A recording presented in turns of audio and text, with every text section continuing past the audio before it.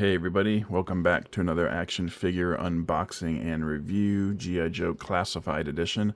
And today we're going to be taking a look at Big Boa. Big Boa is Cobra's personal trainer, sort of like Sergeant Slaughter for the G.I. Joes. And his first figure came out in 1987. And this is actually only the third Big Boa figure we've gotten. He had another one that came out in the ME or modern era in the 2000s sometimes, maybe even after the 2010s. Not sure exactly when that one showed up, but he's only had the three figures, those two figures plus this one, so that puts him on the same level as Xandar, among others, as far as very low figure counts compared to, you know, Cobra Commander and Snake Eyes, who are in like the upper 20s or the 30s, maybe even higher in the versions of figures that they've had. This is also the first time we've seen Big Boa maskless. He's never been without his helmet, but then again, like I said before, we only have two figures to go by, so not a lot of opportunities to release him unmasked, but we've got him unmasked here. It even says on one of his file cards, might be the original, might be the modern era, might be both, that he's so ugly. That's why he keeps his mask on at all times. But we'll take a look at his face closer up once we get him out of the box. For now, this is our classic, well, not classic, but our classified packaging with the window. You got the Big Boa artwork here. Classified series, the top, the window for the light to shine through, 114 in the line. That's quite a lot of figures that we've gotten in 4 years. Not as many as we would have gotten in the 80s. I think in the first 4 years of a Real American Hero line, they had a bit more figures, plus a ton of more vehicles, obviously. But this is still a pretty good churning out of figures. I won't complain about that. They're definitely doing a good job getting these figures out. Here's a bigger shot of the artwork. 114 again. There's your QR code and your file card info. The legalese is on the bottom. And on the bottom back here, more of the same file card info again. And then you got the Dio picture of the figure in front of... I don't know if this background is... like, I think this is probably like AI generated or something, because I'm pretty sure that's not real. I do know that they're Hasbro's chief photographers. I think there's a couple of them. They take diorama shots, and that goes on the website with the figure for people to look at when they're pre-ordering. But for the purpose of the back of the box, I think this is AI generated, and the background is AI generated, and it's just the figure itself that's real. But there we got the figure there, though, and his close-up of his helmet and his bloody hand wraps. So I opened him from the bottom. I couldn't remember. Yeah. Let's get him out of there. Oh, and you got of course, the Cobra symbol on the back of the box if you want to cut that out of that, and use it in your diorama displays or whatever. You have that option.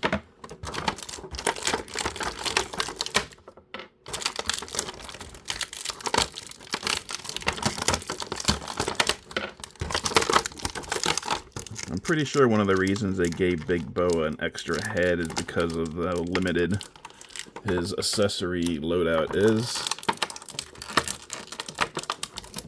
But I know that some people were upset that he didn't come with the punching bag that the original came with. His second figure also came with a pugil stick, so he could have come with that too, but that didn't happen either, unfortunately. So what you saw was what you get. And as you can see, there's the close-up of his head. He's missing a tooth. He's got a cut there under his right eye. And yeah, I think they did a pretty good job of making him look not exactly fugly, but definitely not an attractive man. He actually looks like he could be a cheap mafia hood in a movie, a mafia type movie, a gangster movie. He could be one of those, like he popped his hood off and put it on like Tombstone from Marvel Legends. He put this head on his body that would look like a mafia goon type thing. One of the leg breakers, basically. Not a whole lot with this guy. He does have nipples. They were strangely talking that up when they were when they were announcing this guy. When they first revealed this guy on the fan stream, they were talking about, hey, you got nipples. So yeah, he does have nipples. He also has this red harness with the silver spikes all around it. And it's got the buckle painted as well. You're going to get more paint apps on this guy because doesn't have a whole lot of actual clothing. So that's a good trade-off. They painted all the studs along the cod piece there, as well as the belt buckle, front and back. He's got that red belt and cod piece, and then he has his blue pants leading up to black boots with some red trim around the back and the sides. And these are all laced up just like, boxers' boots and whatnot. And he has red wristbands and white hand wraps. And you can see he's got those blood stains on his hand wraps there. So he's been busy. He's been busy training cobras and knocking their blocks off. But other than that, not a whole lot. I think he's a lot of reuse from the Sergeant Slaughter mold. He looks like he's got similar sized arms and legs. And I've seen people pose him next to Slaughter, and they're roughly the same size. Mine seems to have a problem with his waist there. Can't get that to... There we go. Just needed to be loosened up a little bit. Alright, going over articulation. He has just the dumbbell at the top, and they used a black peg this time around.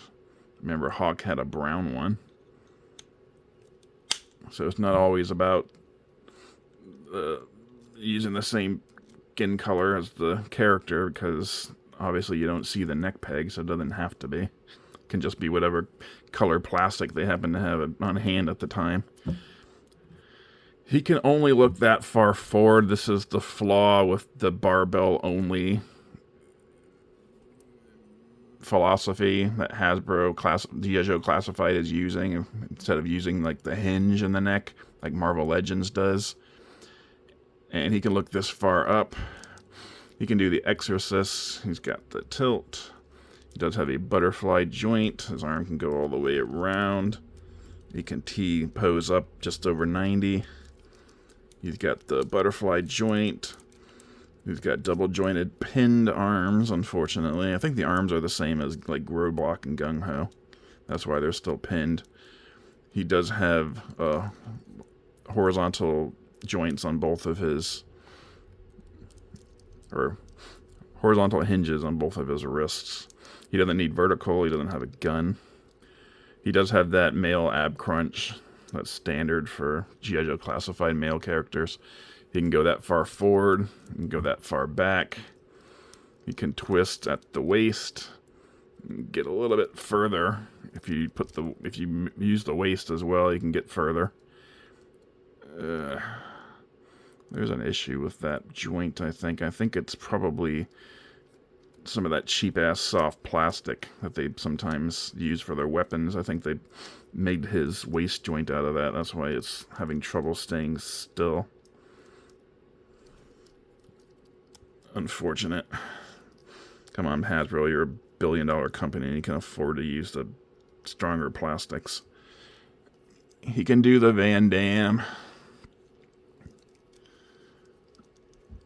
He can kick out about that far. And kick back about that far. He does have an upper thigh cut. Double jointed pinless legs. Now the legs, I believe, are reused from Slaughter because they don't have the same knee pad arrangement that Roadblock and Gung Ho do. He does have a boot cut, and he can go all the way back like that, all the way forward like that. And he's got rocker and peg holes on the bottom. Accessories wise, he comes with his head, the masked helmet, which is how I imagine most people will display him. Let me take it off screen to pop it in properly. There we go. As you can see, it does have an orange view screen, silver face shield or grate on the front of his face, and got a little bit more silver paint on the side there and on there. He's got a big silver dial over there or whatever. And a black hose leading from here into the back. I'm guessing air filters through there and then goes through the hose and then enters the helmet back here for some reason. I don't know. He also has a red stripe across the top, more silver spikes, and he's got more silver painted there and there. So a pretty good design. Looks pretty much like the old helmet from the original figure, except this is not removable like it was on the original figure, which means you won't lose it. So that's a good thing. He also has a pair of extra hands. I'll just lean them. And they're boxing hands, of course. And they've got red with white and black cobra symbols on the back. And as you can see, he also comes with wrist cuffs for them because you didn't want them to be permanently attached to the wrist, because then he would look stupid if he didn't have his gloves on. It'd be like, why does he have the cuffs if he doesn't have the gloves on?